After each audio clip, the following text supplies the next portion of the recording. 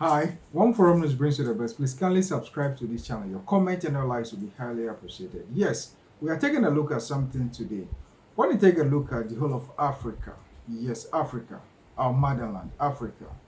Most countries in Africa, they compete very well among themselves when it comes to one issue or the other.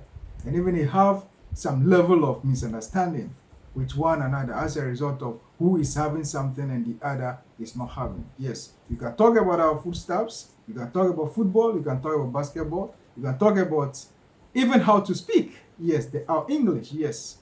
How to speak is also very important. And recently, there was some banter about who can intimidate one country than the other. Yes, that is highly ridiculous.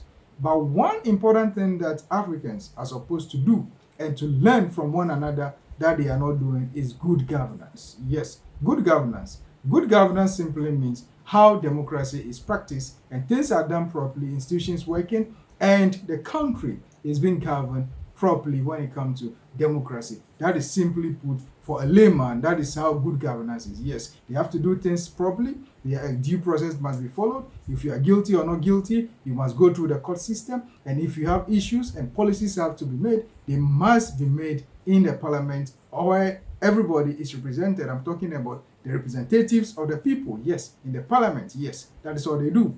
That is basically how good governance is. Yes. Simply put, that is good governance. But that is one thing that African countries don't learn from one another. The question is, why is it that it's not so?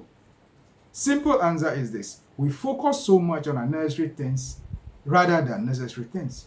You see country A fighting the other over jollof rice. You see country B fighting the other over rice. You see another country fighting the other one as a result of maybe the beauty of a lady or ladies in that country and how handsome the other members of those countries are. Yes, that is how unserious African countries are. Yes, we don't learn things that we are supposed to learn from one another, but we play down everything and joke about everything. The question is, how far are all those things that we are competitively fighting each other over, or even contesting each other over? You may call it a friendly fight or whatever it is, but how far are those things helping us?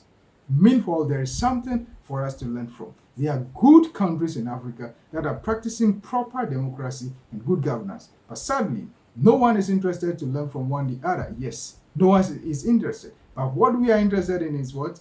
Just to tease one another, talk about unnecessary things, play all over the place. Who plays football most? Who can cook jollof rice? Who is having the best jollof rice? Who have more musicians? Who have more footballers? Those are the unnecessary things that the youth of today focus and concentrate on. For the adults or the old people, I don't know much about what they think about. Maybe when they meet in their rooms or whatever it is, or in their quarters or in their gardens, they also talk about things like this. But how far will all these things are going to take us? Because some of us, what we advocate for is proper good governance and democracy for Africa. And the only way that we can do that is for all the heads of states of Africa. We have the African Union, there is there.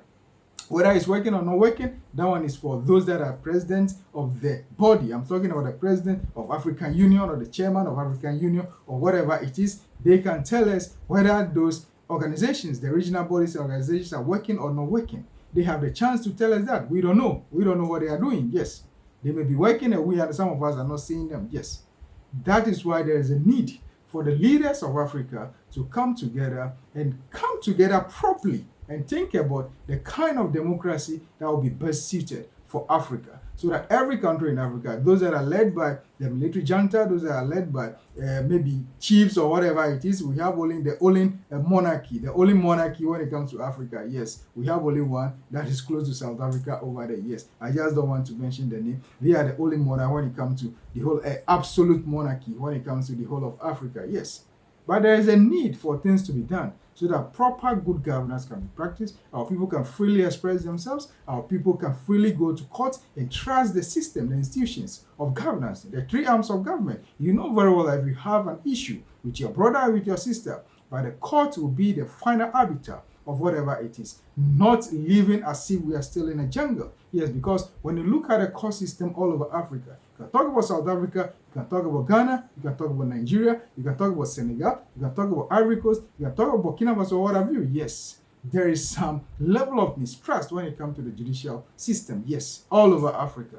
But there is a need for us to come together. How do we make those things better and learn from one another? Not necessarily focusing on unnecessary things such as food, who cook best, who does this best, who dance best, who can sing best, who can play football best. No, those things are not taking us for anywhere. The world is growing.